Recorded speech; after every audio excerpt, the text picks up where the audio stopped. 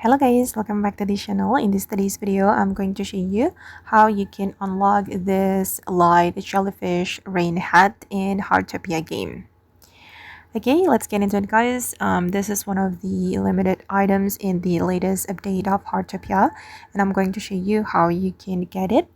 Okay, you can go to the Gilded Acorn Exhibition menu, and then you're going to scroll down until you find the raindrop song set and choose this limpid version.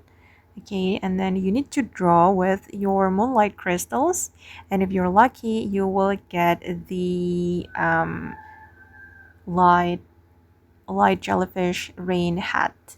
This is the pink version. There are three versions guys, the blue, yellow, and pink, and I got the Light Jellyfish Rain Hat, the pink one. Okay, and it's so cute. You can draw and you will have chance to get this Light Jellyfish Rain Hat.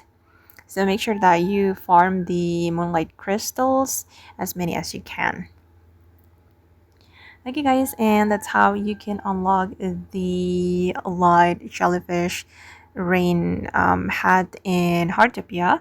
I hope this video will be useful for you. Thank you so much for watching, and bye!